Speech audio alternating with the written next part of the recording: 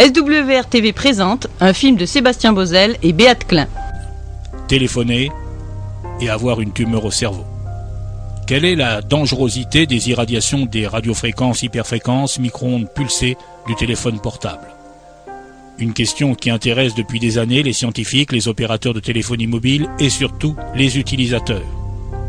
Or, pour la première fois, une autorité a clairement établi que la téléphonie mobile est nocive pour la santé.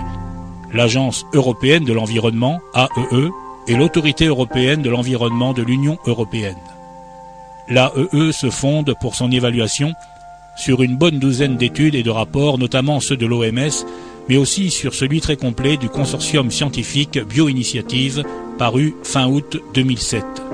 Conséquence logique de l'analyse de toutes ces études, l'Agence européenne de l'environnement invite maintenant la communauté internationale à éditer dans les plus brefs délais des valeurs limites plus sévères dans le domaine de la téléphonie mobile.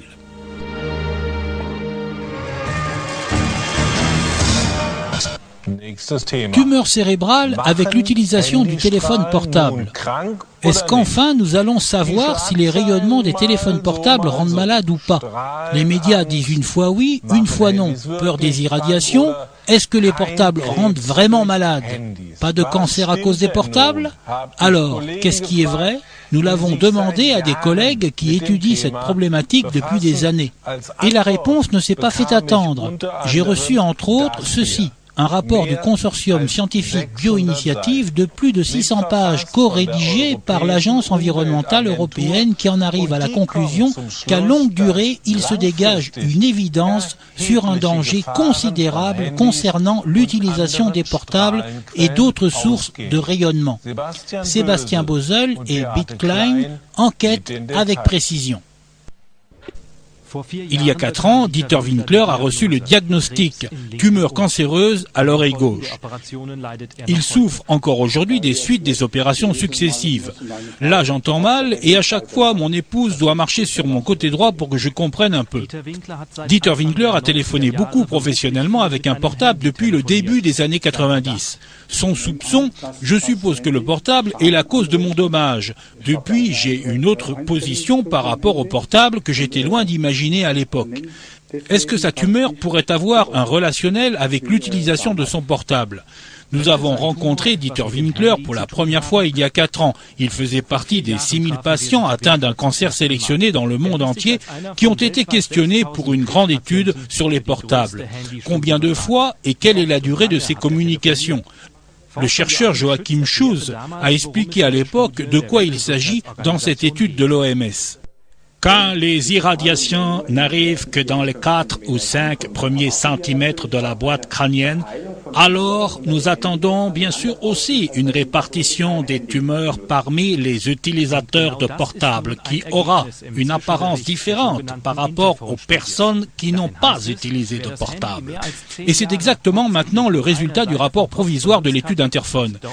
Il y est écrit dans ces conclusions provisoires, ceux qui ont utilisé un portable pendant plus de 10 ans, principalement d'un côté de la tête, ont un risque significativement plus élevé d'attraper une tumeur du nerf auditif ou une tumeur au cerveau, un gliome. Le problème de ces études pose évidemment des questions. Comme il faut longtemps à un cancer pour se déclencher, il n'existe que peu d'utilisateurs comme Dieter Winkler qui téléphonent déjà depuis longtemps avec un portable. C'est pour cette raison, le professeur Maria Blättner, la directrice de l'étude Interphone allemande, a des difficultés pour une interprétation. Les déclarations concernant les personnes qui ont téléphoné plus de 10 ans sont basées jusqu'à présent sur un petit nombre. Dans certains pays, les données sont telles qu'on discerne un risque plus élevé. Dans d'autres, il est difficile de discerner une élévation. Je pense que nous devrions attendre. Ceci afin de savoir si cela se corrobore réellement. Néanmoins, lorsqu'on dépouille les données complètes, on constate qu'il y a une augmentation. Attendre, bien qu'il y ait des indications certaines de dommages pour des utilisateurs de longue durée.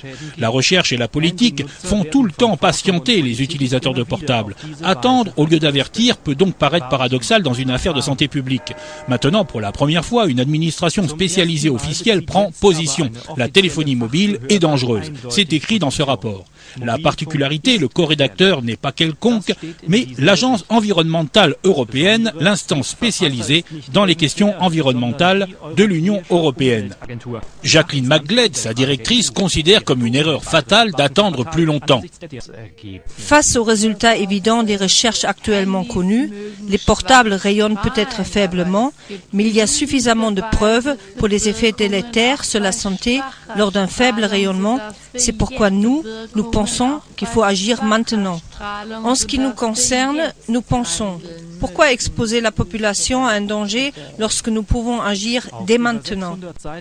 Sur plus de 600 pages, les chercheurs du consortium scientifique Bioinitiative ont rassemblé plus de 2000 études sur les champs électromagnétiques. Ils arrivent à des conclusions qui sont sans ambiguïté. Il est même possible de chiffrer le risque de tumeur au cerveau d'utilisateurs de longue durée. Après plus de 10 ans d'utilisation du portable, le risque de tumeur au cerveau augmente de 20% jusqu'à 200%.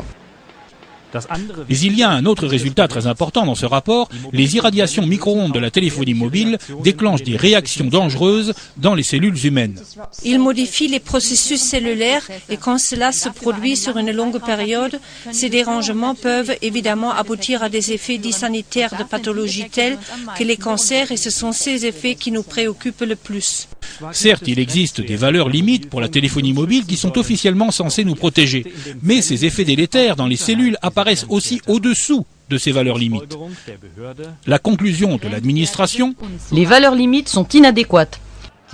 C'est pour cela l'Agence environnementale européenne réclame la baisse des valeurs limites, mais malheureusement, entre-temps, beaucoup d'enfants sont déjà possesseurs d'un portable. Mais j'ai eu le mien à 11 ans. Oui, moi aussi à 11 ans.